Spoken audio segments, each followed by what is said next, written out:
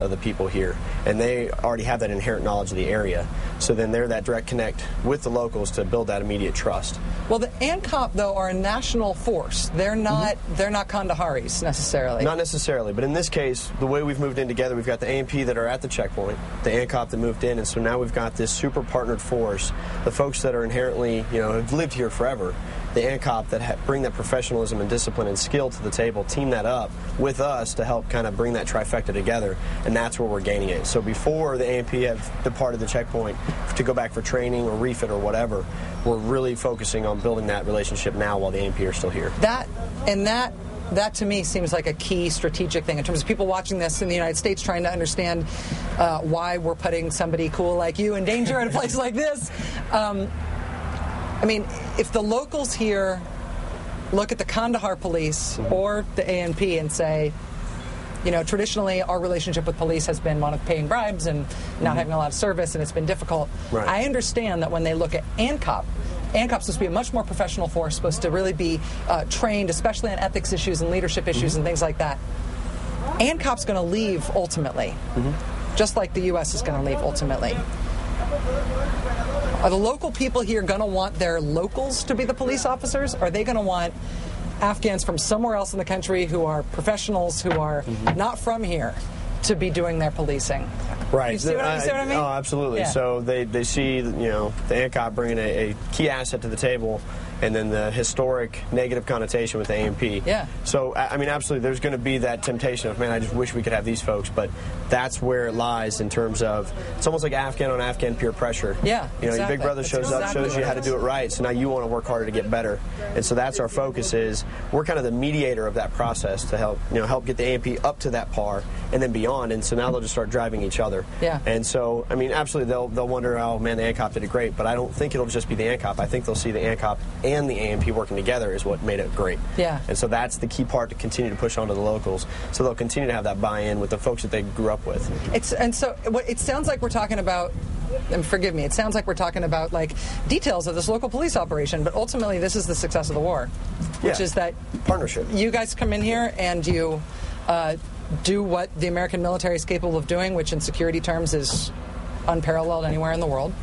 You work with these well-trained professional class of Afghan national police officers, the ANCOP, which we've trained up in order to mentor good policing behavior. Absolutely. And then we hope and expect and try and facilitate and enable that the Afghan police who will be doing this job after we leave absolutely can do it. That's the success of the war. I think so, and the most we can hope for, at least just as a company or even just a platoon at a checkpoint, is to set the conditions and set that baseline of understanding and trust between the locals and the Afghan, either national police or civil order police, just to say there is hope, there is progress, we are improving capacity, skills, the equipment of all these forces, and just to set that baseline and give them the hope that no matter who's here or who leaves, no matter how long it takes for that to happen, there is a way forward, and we see how it can work, so let's buy into it. Yeah. And I think that's how we win.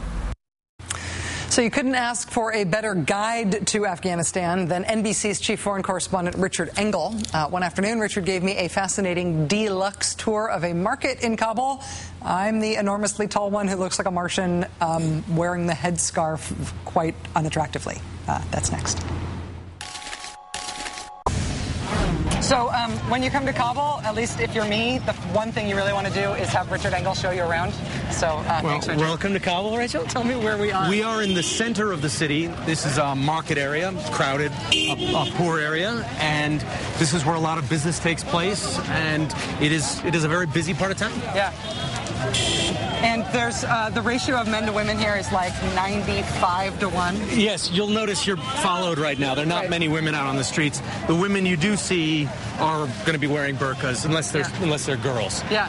And very young girls too. It's not like you see like 10, 11-year-old girls. Normally, when girls hit puberty, there's, according to culture here, they're supposed to be covered up.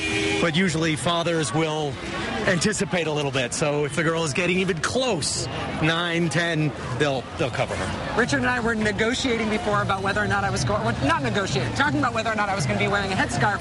And the idea was, oh, no, you don't really need to, or in Kabul, you don't really need to. Then when we figured out that we were coming here, he was like, yeah, you need to. This area. Yeah, there's also some mosques around here, and it depends. If you're in an area where there are many Westerners, and there are some Westerners in this country, probably not necessary.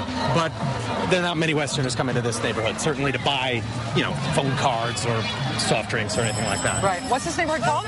This is just the market area. It's very near to the canal. Okay. The canal, which is part of the Kabul River that goes through the city. And you'll notice how really crowded it is. Yeah. Most people don't know Kabul has expanded dramatically since 2001. Why? There were about 1 million people here before the war. Now they're between 4 and 5 million people. My God. So it's grown 3 to 5 times. Is that because of people leaving outlying areas to come here for either for opportunity or because they can't stay where they are? Both. Okay. Once the invasion began, lots and lots of money started pouring into Kabul. Yeah. Billions of dollars a month is ending up here. Right. So there's jobs. And as the Taliban has come back and made a resurgence, people have gotten more nervous and more insecure in the outlying areas. So a lot of jobs, a lot of security, and then there's just the general trend of urbanization that's happening in poor countries all over the world. And in terms of Kabul's infrastructure and the degree to which the city can sustain, well, there is no infrastructure. Growth. I mean, there is no infrastructure. Well, look, I mean, they're selling chickens, whole and meat hanging from the streets. Yeah. There are open sewers over there. There's not much infrastructure. It has improved dramatically. You do see electrical lines and some stuff. That has improved considerably. Yeah. In 2001, there were about 3 hours of electricity a day. Now there's almost 24-hour power in Kabul. Wow. So that is a dramatic difference. But there's still really no infrastructure to support the city. The roads are packed. Every time it rains, the streets flood. Mm-hmm. There are the sewage and garbage are not collected efficiently or at all. So it can't really manage itself. But like places, it just sort of pushes through. People come out here. It's relatively safe. There's not a lot of crime. There's almost no street crime. You're not going to get mugged. It's not a city like that. Why is that? Partly the culture. Yep. There's never been a real tradition of crime. There's some political crime, occasionally car bombs and things like that. Right. But you're not likely to have any kind of sexual assault or petty crime, which is something that is a testimony to their right. culture.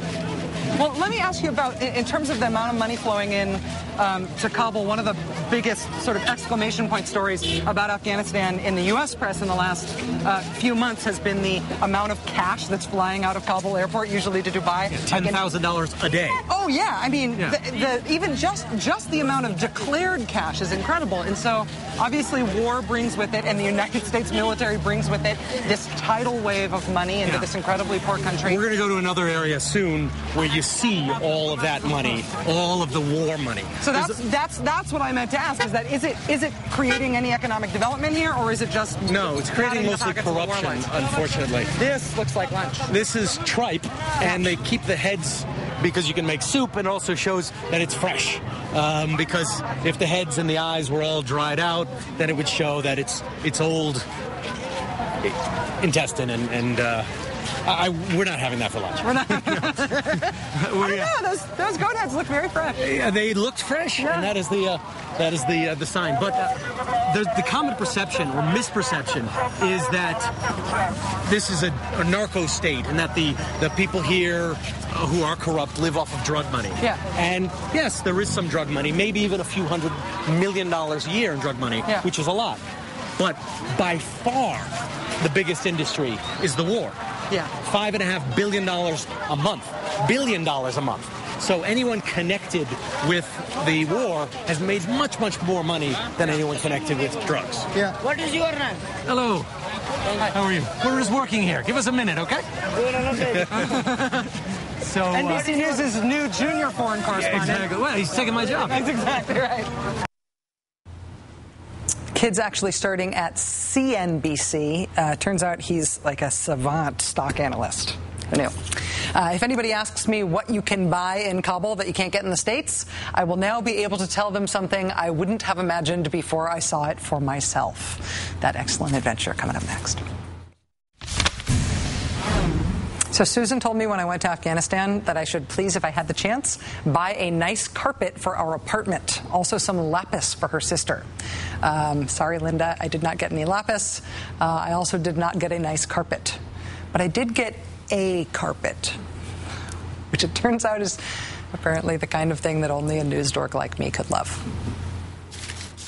Those are classic Afghan carpets. Yeah, that's spectacular. Those are very famous. They became quite famous during the Mujahideen War. And obviously why would you put weaponry on a carpet? People put pictures of things. You know, there was a celebration of the fight against the Soviets. So when they were fighting against the Soviets, they would put destroyed Soviet tanks or AK-47s on them, and it just became a bit of a tradition. And they still do it, you know. So this would have grenades on it and tanks and an AK, and is a liberation carpet or a resistance carpet. I've never had the opportunity to buy a carpet with guns on it before, and I'm not sure when I'll have it again. I mean, unless I hang out with you, in which case it'll come up all the time. I happen to have $20. All right. Sir, hi sir, can I